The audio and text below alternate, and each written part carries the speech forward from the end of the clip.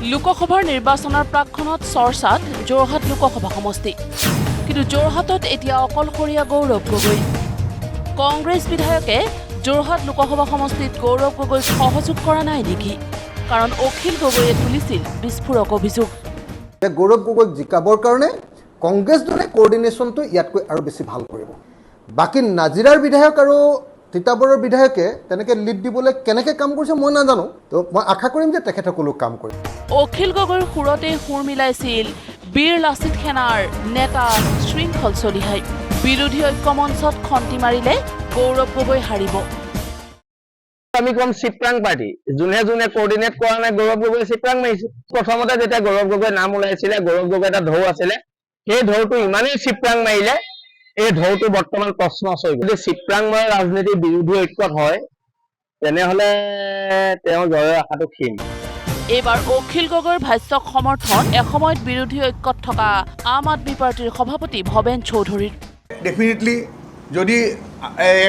একপক্ষীয়ভাৱে কাম কৰিলে তেতিয়াহ'লে আপোনাৰ অসুবিধা হ'ব সেই কথাটোকে হয়তো অখিল গগৈ ডাঙৰীয়াই আঙুলিয়াই দিছিলে যোৱাকালি এইখিনি যদি নহ'লহেঁতেন তেতিয়াহ'লে 5ৰ পৰা 6খন এখন বিৰোধী ঐক্যমঞ্চই পালেহেঁতেন এফালে যদি বিৰোধী ঐক্যৰ মাজতো সমন্বয়ৰ অভাৱ আনফালে আকৌ কংগ্ৰেছৰ নিজৰ মাজতো গৃহকন্দল কিন্তু বিৰোধী ঐক্যৰ মাজত এই সমন্বয় কেৱল হোটেল ৰেষ্টুৰাৰ টি পাৰ্টি আৰু ডিনাৰ পাৰ্টিয়ে নেকি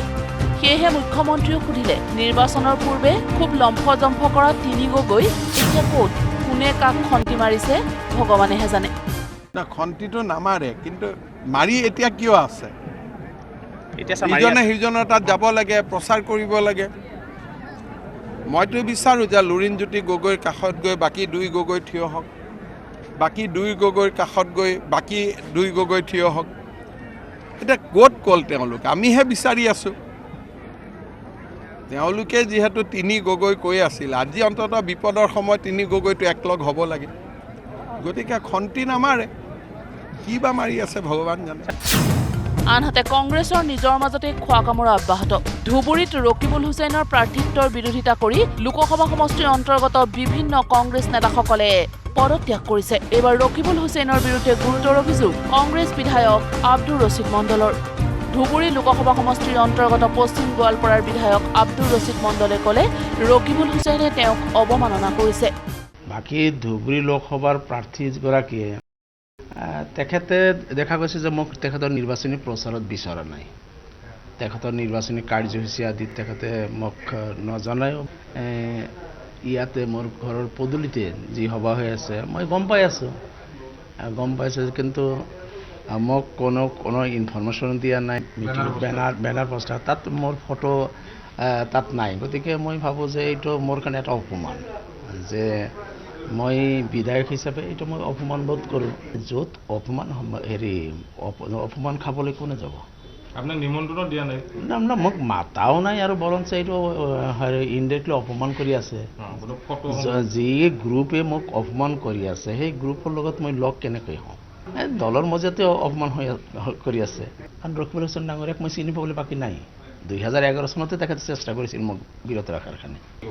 কংগ্ৰেছ লিডাৰশ্বিপৰ আচৰণ অৱহেলা অপমান কোনো সহ্য নকৰে